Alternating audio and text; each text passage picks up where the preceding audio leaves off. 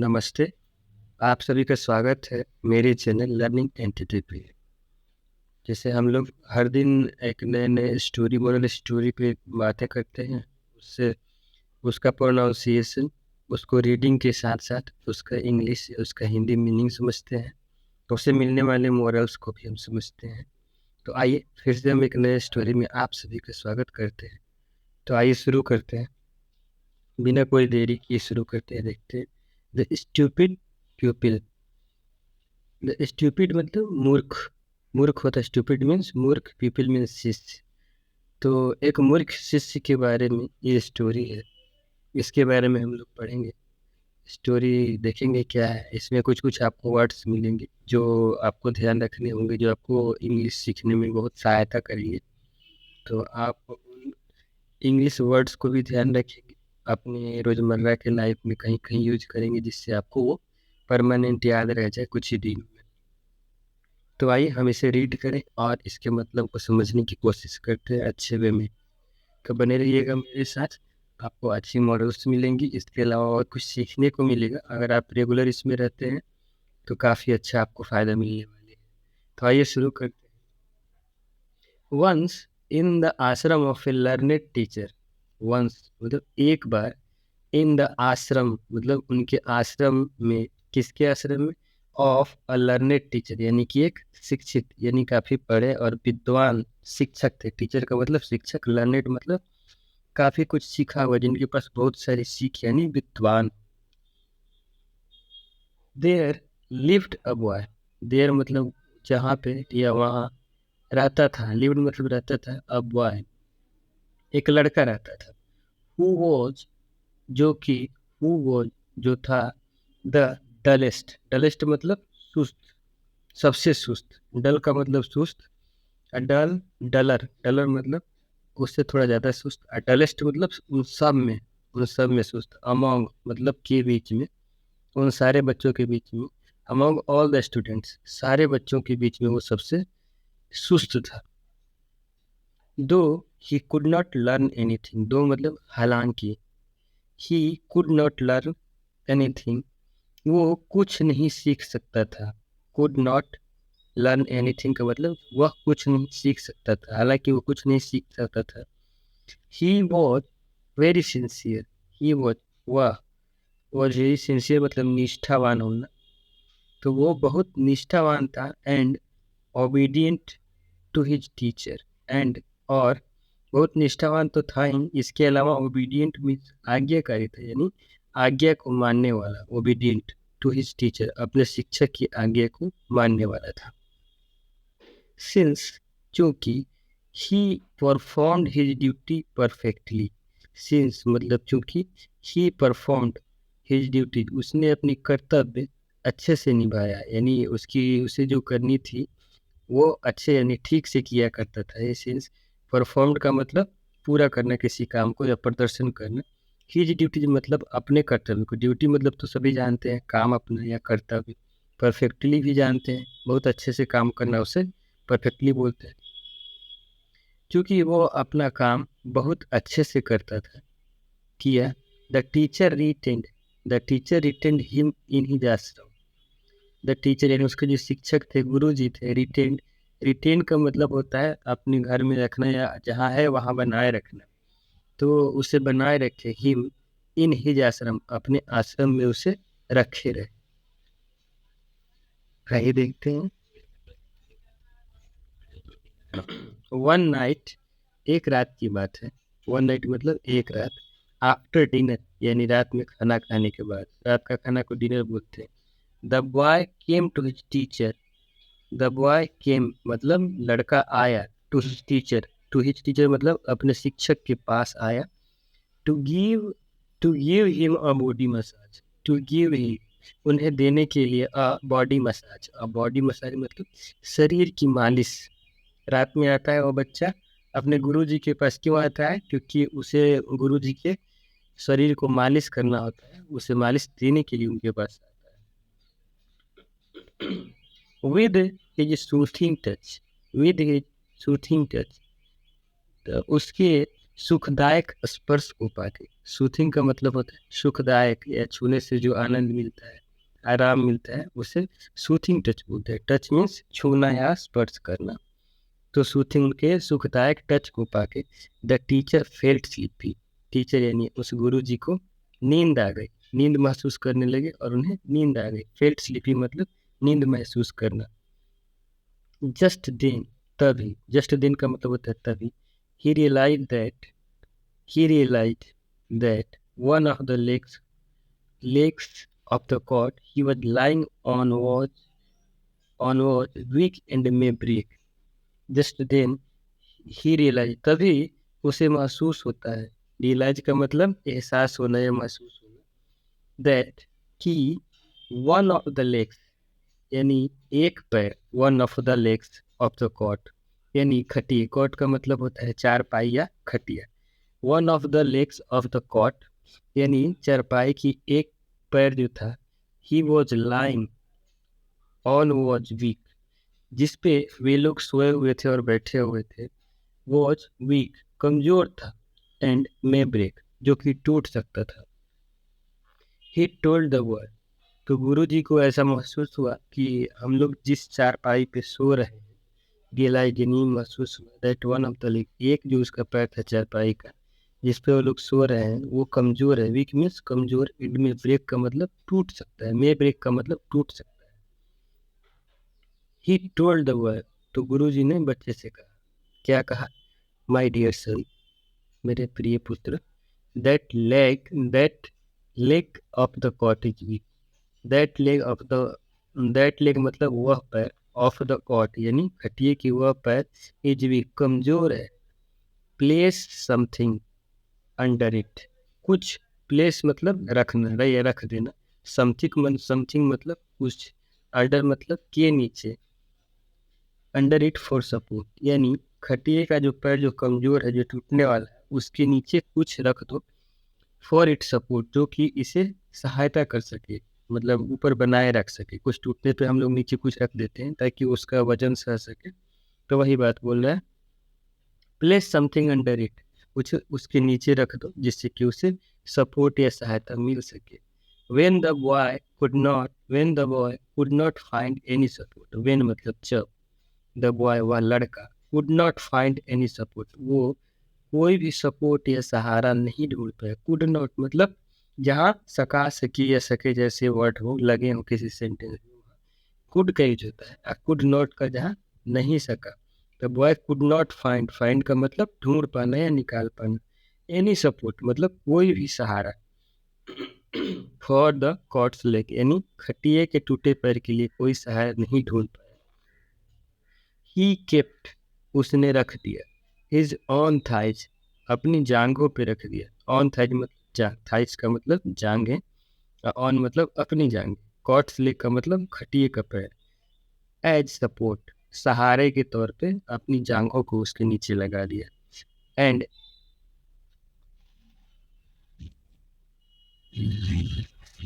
ताकि देखते हैं,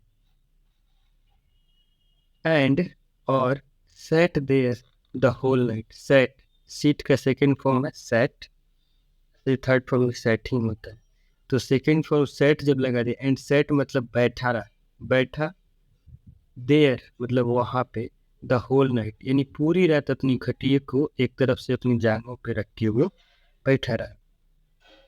नेक्स्ट मॉर्निंग, अगली सुबह, when जब, the teacher woke up, teacher जगे, वेक मतलब जगना, अवोक मतलब जगे, वेक वोक सेकंड फॉर्म है, वेक का सेकंड फॉर्म है वो, तो जब जगे, ही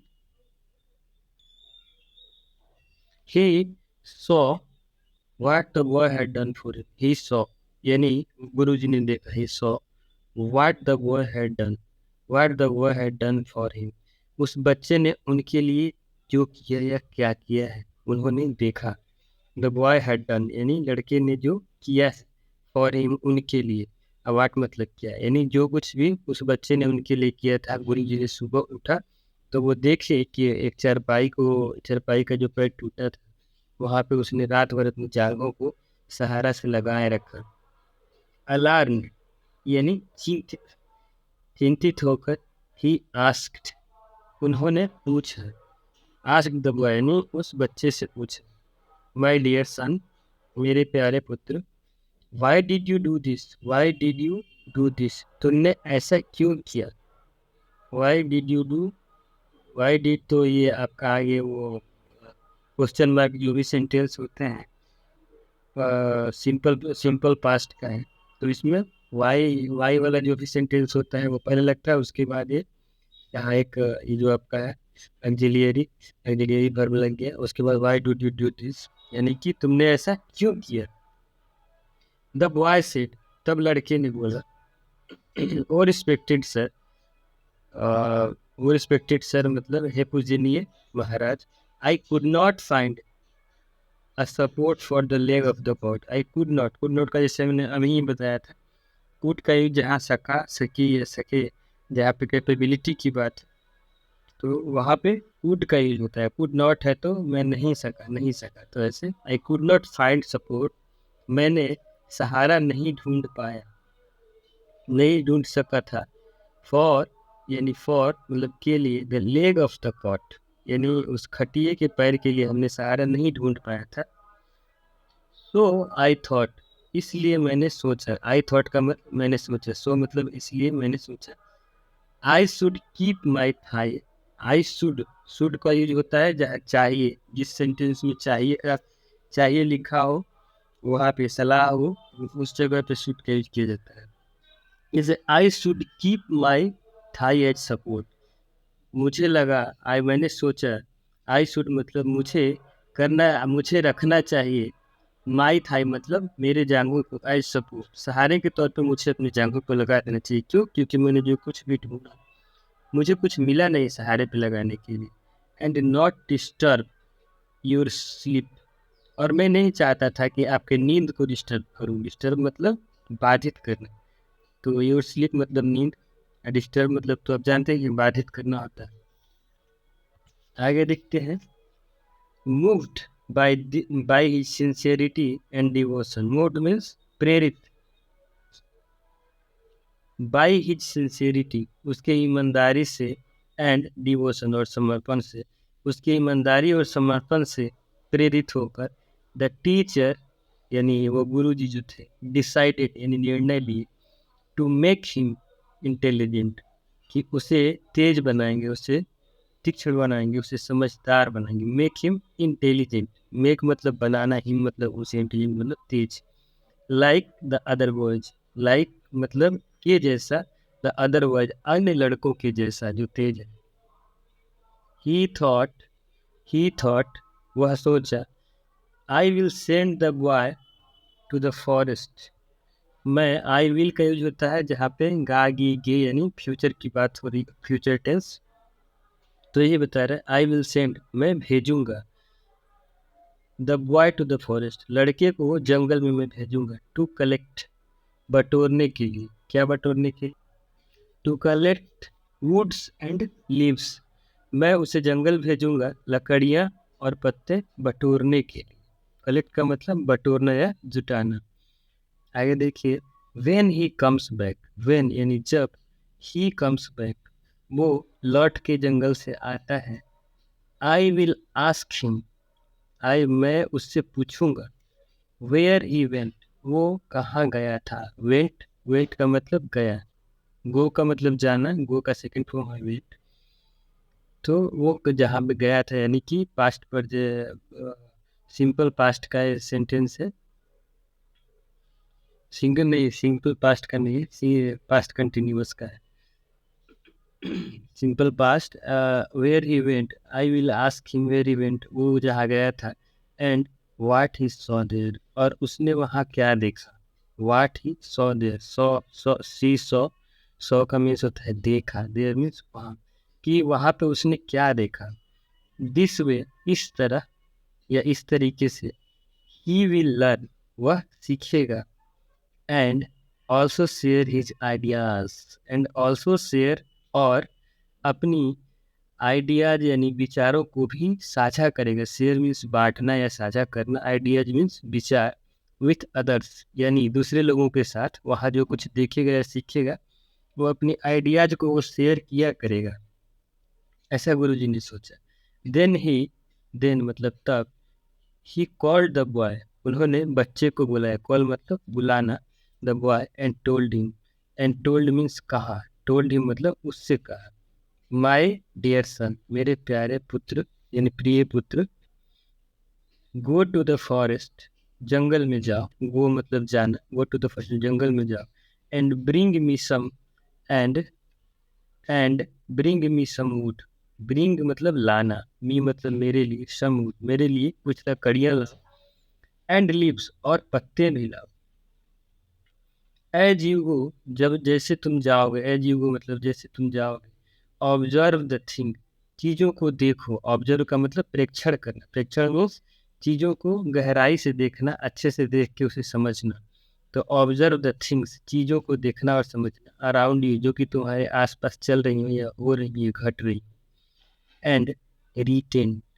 them in your mind, retain का मीन्स उन अपने दिमाग में जगह देना या फिर बनाए रखना, समझना, उसे याद रखना, उसे रिटेन बोलते हैं, देम उन्हें, रिटेन देम मतलब उन्हें बनाए रखना, इन योर माइंड अपने दिमाग में, व्हेन यू कम बैक, जब तुम लौट के आओगे, व्हेन मतलब जब, यू मतलब तुम, कम मतलब आना, अब बैक मतलब लौटना या पीछे, जब तुम लौट के आओगे, tell me whatever you saw, मुझसे कहो जो कुछ, वाट एवर मतलब जो कुछ, यू सॉ तूने देखा।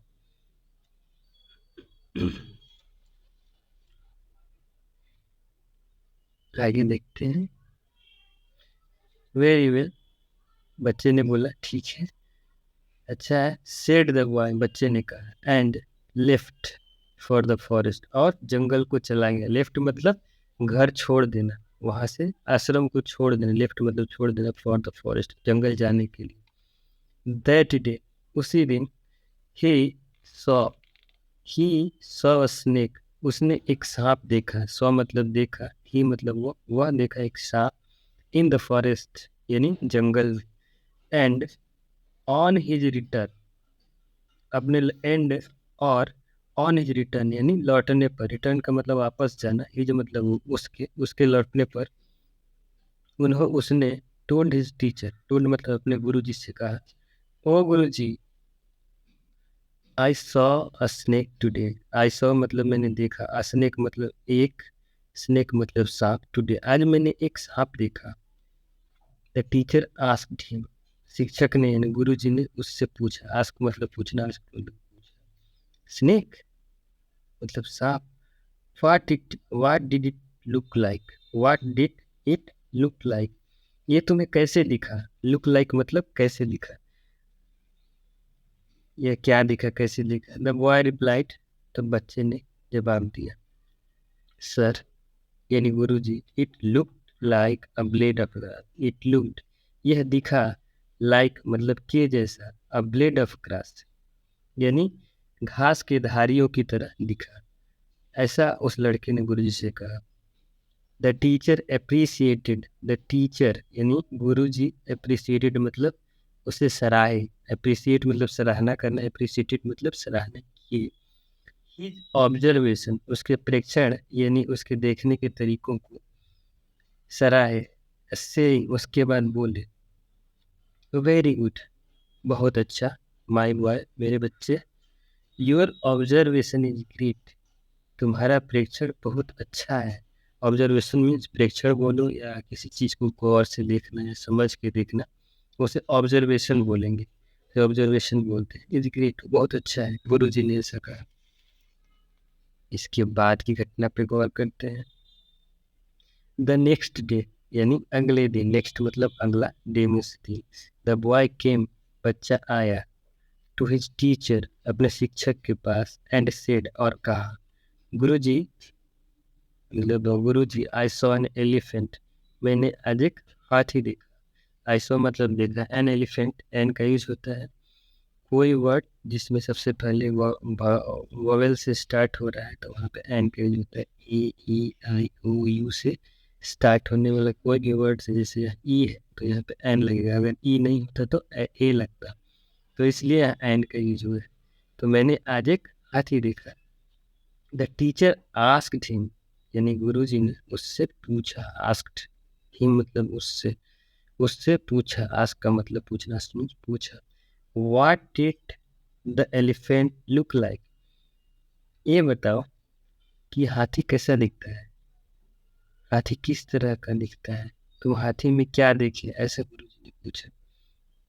द बॉय सेड, बच्चे ने कहा, गुरुजी it looked like a blade of grass.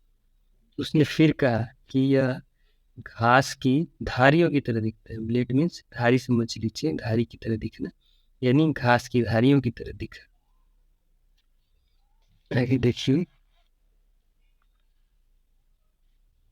The teacher was surprised, जो गुरुजी थे टीचर, वॉज सरप्राइज, वो आश्चर्यचकित हो गए।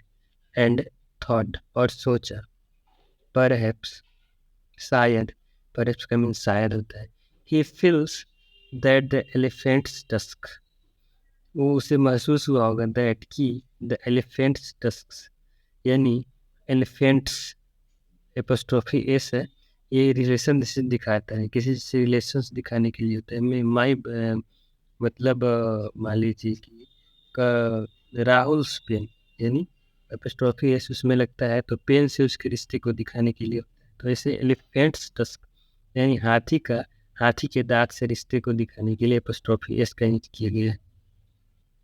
तो यही गुरुजी बोल रहे हैं, परहैप्स फील्स, वो महसूस किया, दैट द एलिफेंट्स टस्क, यानी हाथी के दांत, look like a blade of grass, हो सकता है कि उसे हाथी के दांत भी घास की धारियों की तरह दिख गया हो। गुरुजी ने ऐसा सोचा कि हो सकता है कि उसको हाथी का दांत भी घास की धारियों की तरह दिख गया हो। आगे देखते हैं। ऑन द थर्ड डे, यानी तीसरे दिन, ऑन मतलब पर, द थर्ड डे यानी तीसरे दिन, द बॉय केम, बच्चा आया, केम मतलब आया, टू हिज टीचर, अपने से गुरुजी के पास, एंड सेड, और कहा, गुरुजी आई सॉ शुगर केन, मैंने गन्ना देखा। शुगर केन मीन्स गन्ना होता है, तो मैंने गन्ना देखा। एंड टेस्टेड इट, और मैंने इसका स्वाद चखा। टेस्टेड मीन्स स्वाद चखना, तो वही बोल रहा है कि मैंने इसे टेस्ट किया है, इसका स्वाद चखा है, ऐसा वो लड़का बोलता है। द टीचर सेड, तब गुरुजी ने कहा, वेरी गुड, बहुत अच्छा। Tell me what the sugarcane looked like, मुझे बताओ, टेल मी मतलब मुझे कहो, what the sugarcane looked like, जो गन्ना है वो दिखता कैसा है, तुम्हें कैसा दिखा, ऐसा गुरुजी ने पूछा। The boy once again said, the boy मतलब लड़का, वंस अगेन सेड, एक बार फिर कहा। वंस अगेन मतलब एक बार फिर, सेड मीन्स कहा। It looked like a blade of grass, यह मुझे, इट लुक्ड मतलब ये मुझे दिखा, लाइक मतलब के जैसा, अ ब्लेड ऑफ ग्रास यानी घास की धारियों के जैसा मुझे गन्ना भी दिखा, ऐसा फिर से वो बोल। दो नॉट दो not satisfied with the boys explanation, यद्यपि, नॉट मतलब नहीं, सेटिस्फाइड मतलब संतुष्ट नहीं हुए गुरुजी, विथ द बॉयज एक्सप्लेनेशन यानी बच्चे की व्याख्या से वो संतुष्ट नहीं हो सके। The teacher sent him away to do his chores,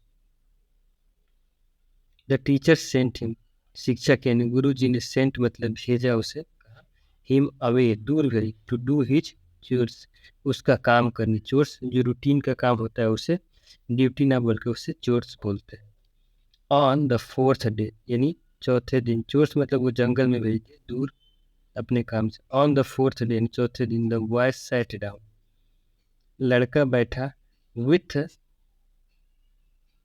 the other boys, अन्य लड़कों के साथ बैठा, टू हैव हिज फूड, खाना खाने के लिए। आफ्टर द डिनर यानी रात का खाना खाने के बाद, आफ्टर मतलब के बाद, द डिनर मतलब रात का खाना। He went to his teacher, अपने शिक्षक, ही वेंट यानी बच्चा, वेंट मतलब गया, टू हिज टीचर अपने शिक्षक के पास गया। एंड सेड, एंड सेड और कहा, क्या कहा? गुरुजी, यानी गुरुजी, I saw milk and curd. I saw मैंने देखा, मिल्क मतलब दूध, एंड कर्ड मतलब दही, एंड टेस्टेड देम और मैंने उसका स्वाद चखा। टेस्टेड का मतलब स्वाद चखना। टीचर आस्क, तब शिक्षक ने उससे पूछा। टीचर मतलब गुरुजी ने आस्क मतलब पूछा हिम उससे, what did the milk and curd look like. What did the curd the milk and curd look like, यानी दूध और दही तुम्हें कैसा दिखा, किस तरह का दिखा। गुरुजी ने पूछा। द बॉय रिप्लाइड, बच्चे ने जवाब दिया। रिप्लाई मतलब उत्तर देना, रिप्लाइड मतलब उत्तर दिए। गुरुजी, they too looked like a blade of grass. Too का यूज, दे टू का यूज जिन्हें भी यहाँ पे बोला गया कि मैं भी आ रहा हूँ। I too am coming, I am coming too, ये दोनों तरीके से बन सकता है। तो ये वाला टू जो है, मैं भी पे जोर देने के लिए यूज किया जाता है। जैसे दे टू यानी वे भी, लुक्ड लाइक दिखे, blade of like a blade of grass यानी कि घास की धारियों की तरह मुझे दूध और दही भी दिखा। देखिए, एनॉयड एट दिस, एनॉय का मतलब चिढ़ जाना या परेशान हो जाना। एट दिस, इस बात पे चिढ़ जाने के बाद। द टीचर थॉट, गुरु जी ने सोचा। थिंक मतलब सोचना, थॉट मतलब सोचा। ओ नो, नहीं। आई कैनॉट टीच, कैन कैज होता है जहाँ पे सकता है, मैं किसी काम को कर सकता हूँ, इस भाव को दिखाने के लिए। तो कैन नॉट मतलब मैं नहीं कर सकता हूँ। आई कैन नॉट मतलब मैं नहीं पढ़ा सकता हूँ। टीच मतलब पढ़ाना। दिस स्टूपिड बॉय, इस मूर्ख बॉय को, स्टूपिड मीन्स मूर्ख बॉय, मूर्ख लड़के को। टू होम मतलब उसे, everything looks like a blade of grass, जिसे, होम मतलब जिसे, एवरीथिंग मतलब सारी चीजें, लुक्स मतलब दिखती हैं, like a blade of grass जो कि घास की धारियों की तरह सारी ही चीजें उसे दिख रही, उसे मैं नहीं पढ़ा सकता। तो गुरुजी इससे मोरल क्या देते हैं? You can teach an innocent person, आप एक निर्दोष या अनजान व्यक्ति को पढ़ा सकते हैं। नॉट अ स्टूपिड वन, एक मूर्ख को आप नहीं पढ़ा सकते क्योंकि वो आपको अल्टीमेटली एंजॉय कर देगा। तो इससे मोरल ये मिलता है कि आप सबको नहीं पढ़ा सकते। जो पढ़ने का इच्छुक नहीं हो आप उसे नहीं पढ़ा सकते। जो पढ़ने का इच्छुक हो, इनोसेंट हो, खाली हो, जो निर्दोष हो, उसी को आप पढ़ा सकते हैं। इस स्टोरी से यही सीख मिलती है। मुझे उम्मीद है कि आपको इससे कुछ सीखने को मिली होगी। अगर आपको स्टोरी अच्छी लगी तो इसे लाइक कर देंगे और चैनल को सब्सक्राइब भी कर लेंगे, जिससे कि आपको अगली वीडियो का नोटिफिकेशन मिल सके। और मैं इस बात के लिए आपका आभारी रहूँगा अगर आप ऐसा करते हैं। और स्टोरी को शेयर भी कर दीजिए अगर किसी की ज़रूरत, जो और भी सीखना चाहता हो। मेरा वीडियो देखने के लिए बहुत बहुत धन्यवाद। मिलते हैं फिर अगले वीडियो में।